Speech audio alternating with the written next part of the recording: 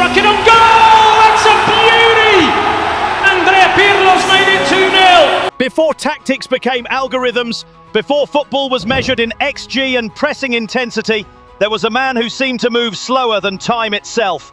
Andrea Pirlo. The player who didn't sprint, he floated.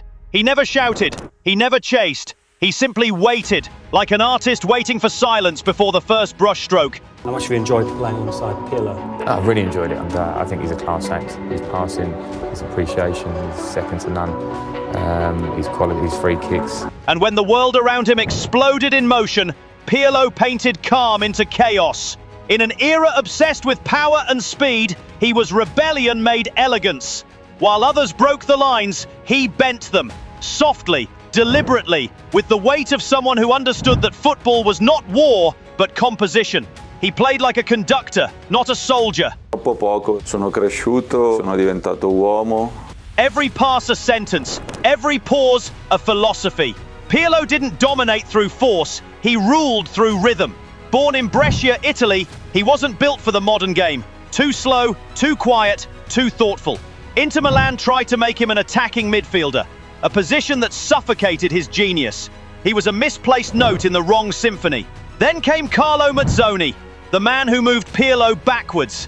It sounded like a demotion. It became a revelation.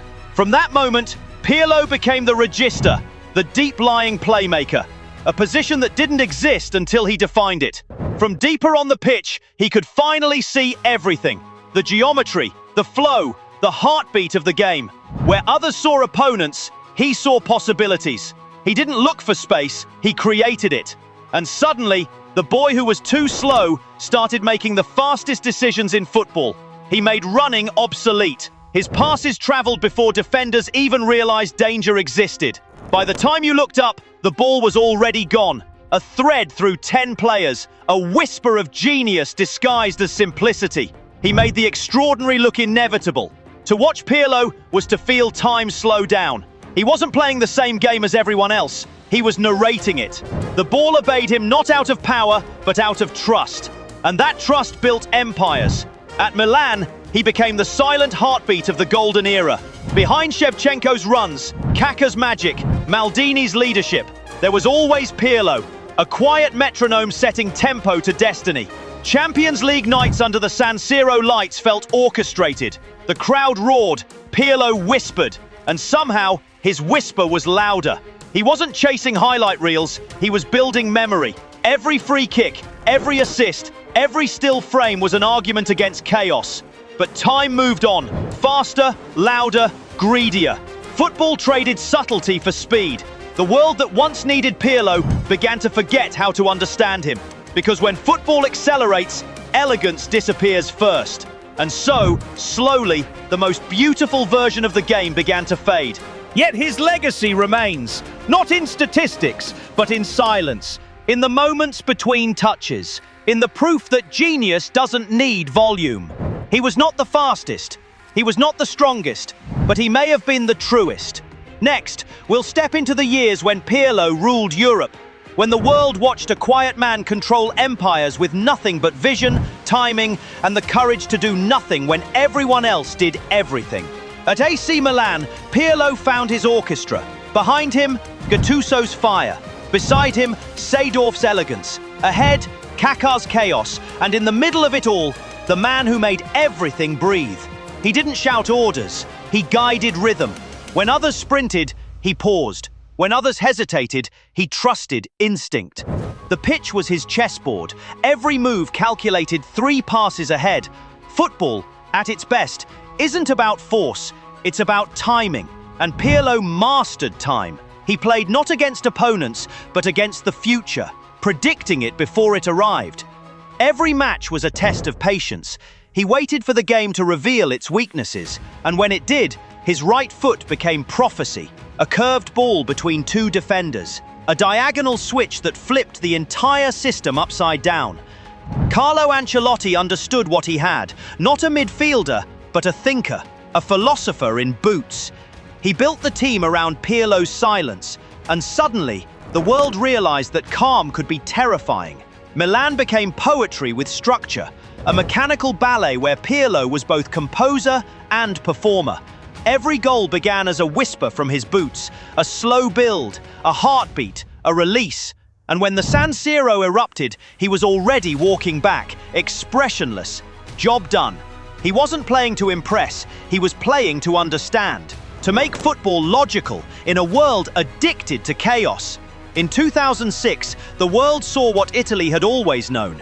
In the World Cup final, under impossible pressure, Pirlo didn't break. He sculpted serenity out of fear. While others panicked, he saw clarity. His penalty, not power, but persuasion.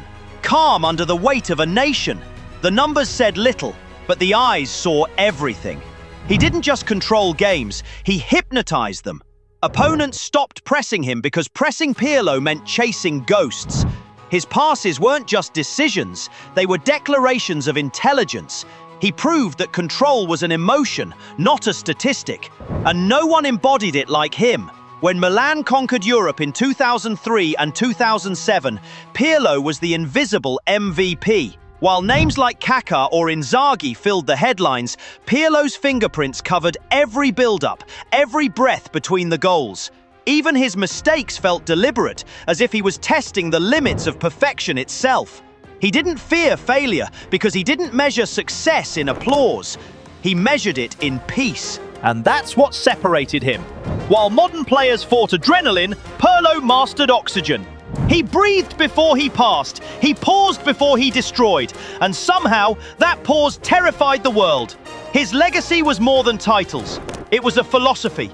That intelligence could be athletic, that patience could be aggressive, and that silence could be louder than roar. But like all eras, the beauty was temporary. When Milan began to fade, so did the art form he had perfected. The world moved toward chaos again, and once more, Pirlo stood still in the middle of the storm. He would rise again, not in Milan red, but in Juventus black and white. Older, slower, but sharper than ever, because time never killed Pirlo. It only refined him. Next, we enter his second act, the rebirth of elegance in a brutal age, where Pirlo, long written off, reminded the world that wisdom ages better than speed. By 2011, Milan let him go. They said he was finished, too old, too slow, too quiet. But like all great artists, Pirlo didn't decline. He evolved. He left quietly, with no anger in his words, only conviction in his eyes. And when he arrived at Juventus, he didn't demand to lead. He simply began again, as if pressing restart on a symphony. In Turin, he met a team still searching for its soul, a fallen empire with no identity. And within weeks, Pirlo gave them one. Not with speeches, not with fire, but with calm. Every pass he made was a reminder. Control is contagious. Under Antonio Conte, Pirlo became both anchor and architect. He wasn't the fastest on the pitch, but the game bent around his rhythm. When he slowed down, Juventus slowed down. When he accelerated, so did destiny. You could see it in the faces of his teammates. They stopped panicking. They stopped forcing the game. Pirlo's presence alone created order, like gravity for chaos.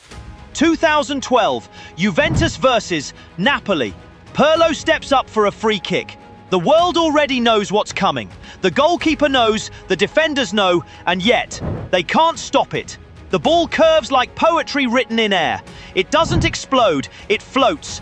And when it hits the net, you realize you've just seen something sacred. He wasn't just scoring goals. He was reminding football what beauty looked like. In an era of sprinting and shouting, Pirlo still whispered. And the world leaned in to listen. As Juventus rose again, Pirlo stood at the center of its rebirth. 4 consecutive Serie A titles. Another Champions League final. A nation reborn around serenity. He wasn't chasing legacy. He was completing it. Every pass became scripture. Every match, a sermon in patience. The young watched him in disbelief. How could someone move so little and yet control so much? Because Pirlo didn't move with his legs, he moved with perception. He saw angles that didn't exist until he imagined them. He anticipated chaos before it began. And that is what made him eternal. In the quiet corners of the game, you can still feel him. in the players who stop before they act, in the rare moments when football still breathes. But every masterpiece ends. 2015, the curtain fell. His hair greyed, his smile softened.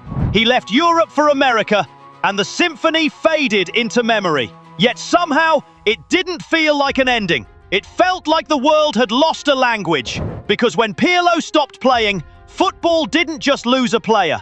It lost a translator. Someone who could turn chaos into meaning. Next, the finale. The silence after the final note. The world without Pirlo, and why his kind may never exist again. When Pirlo left, football didn't stop. The stadium stayed full. The trophies still glittered. But something invisible disappeared. A feeling. A kind of quiet magic that made the game more than numbers. Today, football moves faster than thought. Every second calculated. Every movement tracked. Players sprint like machines. Coaches shout like generals. And somewhere in that chaos, the artist vanished. Because the modern game doesn't reward silence anymore. It rewards noise, energy, intensity. Players no longer wait for the game to come to them. They attack it until it breaks. But Pirlo never attacked. He invited. He lured the game closer, as if he were taming something wild. He didn't chase control. He became control. When you watch old clips of him now, you notice how still everything feels. The ball rolls slower. The crowd breathes deeper. There's space, not just on the pitch, but in your mind. It's football as meditation. The truth is, Pirlo's game was not built for algorithms. It was built for emotion, for patience, for players who knew that the greatest movement in football is sometimes no movement at all. And maybe that's why no one plays like him anymore. Because to play like Pirlo, you have to think like him. And thinking requires stillness. Stillness doesn't sell tickets. Stillness doesn't trend. Stillness doesn't scream.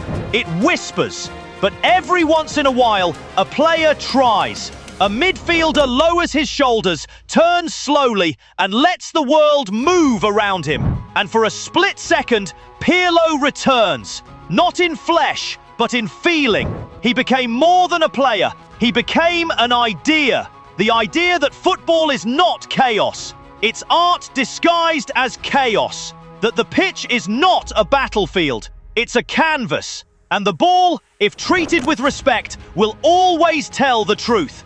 We live in a football world obsessed with power. But Pirlo proved something eternal.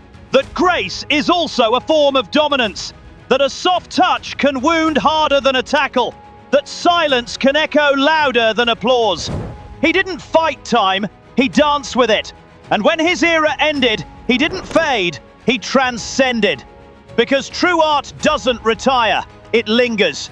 Every time a young player takes a deep breath before a pass, every time someone plays with vision instead of rage, Pirlo's ghost moves through the grass. Not haunting, guiding. They called him the last of his kind, but maybe he wasn't the end. Maybe he was the beginning of what football could still become if it dared to slow down again. Because the real revolution wasn't in his passes or his trophies. It was in his calm, his refusal to rush, his belief that intelligence could be beautiful. And maybe that's why we still watch him. Not to remember the goals, but to remember the feeling, the peace in his play, the poetry in his pause. Now listen carefully. You've just watched a ghost, a memory of how football once felt, before the chaos, before the noise. But memories live only if we keep them alive. So tell me, who else do you think the world forgot? Which player deserves to be remembered, not for their power, but for their soul? Write it below, debate it, defend it, like Pirlo defended beauty itself. And if you believe that football is still an art, not an algorithm, subscribe to Kicksplosion_TV. Because here, we don't just tell stories, we resurrect them. Football isn't just a game, it's memory, it's identity, it's emotion. And here, we make sure you never forget.